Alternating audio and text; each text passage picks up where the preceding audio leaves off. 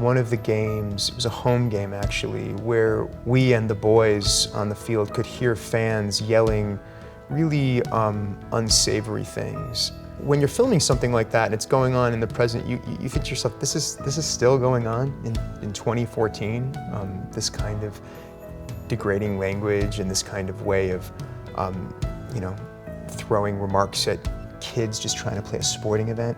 It was really shocking, and but what was incredibly inspiring, which it was the way that Paul coached his boys through that moment, which is to say, don't answer back, don't retaliate. If you want to retaliate, you do so on the field. You do so by scoring a goal, and that's the whole ethos of Los Jets.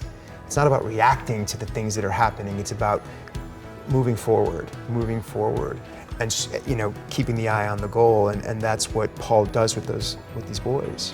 And actually the great part of the story, the beautiful part of the story is that Paul started the team a little more than 10 years ago, and the first boys on the first team and the second team experienced that to such a greater degree. They had much more experience with that sort of stuff happening at games and on the field and from opposing teams or opposing fans, but fast forward to now where it's so much more of a rare thing.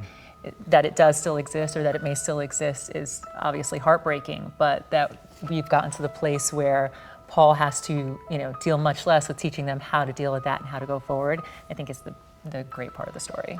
Another incredibly poignant thing about the series is the whole thing of legacy. So, the boys on the original team are now men.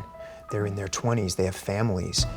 But this team means everything to them. It was an essential part of forming who they were as young men. And so their investment in the team of today is really incredible. And so watching these ex-Jets come back to mentor these young guns was an incredible experience for us as storytellers. Because how often do we see that, in our culture? The idea of mentoring, the idea of giving back, the idea of being like, you actually are holding our legacy and we're going to make sure that you do so in a way that makes us proud.